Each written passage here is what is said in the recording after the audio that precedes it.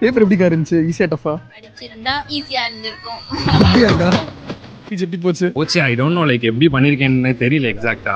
சில செஷன்ஸ் மட்டும் கொஞ்சம் கஷ்டமா இருந்துச்சு. Easy to moderate. Okay moderate லெவலில் இருந்தது question paper. Not easy not tough. Okay எஜா பண்ணிருக்கேன். குமரேசனா எங்க சீனியர், எங்க காலேஜ் சீனியர். ப்ரிப்பேர் பண்ணல, இப்பதான் முடிச்சேன் MBBS. எதுல இருந்து அதிகமா கேட்டாங்க? லைக் மெடிசனா, ஓஜியா, சர்ஜரியா? மிக்சடா இருக்கு. மிக்சடா இருந்துச்சு. ஒரு மாதிரி மிக்சடா இருந்தது. பயோகெமிஸ்ட்ரி. பயோகெம்மா? ஆமா பயோகெம் அண்ட் OB.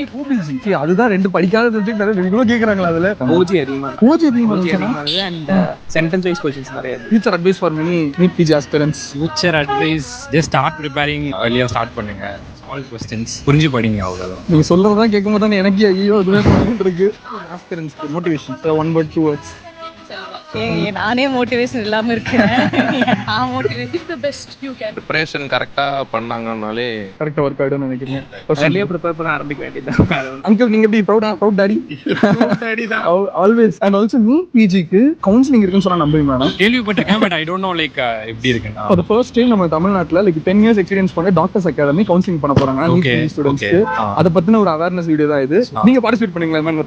கண்டிப்பா பார்ட்டிசிபேட் பண்றேன். மேபி தேவைப்படும். ஒன்றும் இல்லை, கமெண்ட் பாக்ஸில் ஜஸ்ட் நீங்கள் நீட் பிஜின்னு கமெண்ட் பண்ணுங்க. அந்த ஃப்ரீ கவுன்சிலிங் லிங்க் நானே அனுப்பிச்சு விட்றேன். But I'm a big fan, like, நல்லா like உங்க வீடியோஸ். தேங்க்ஸ்ண்ணா. Keep up the good work.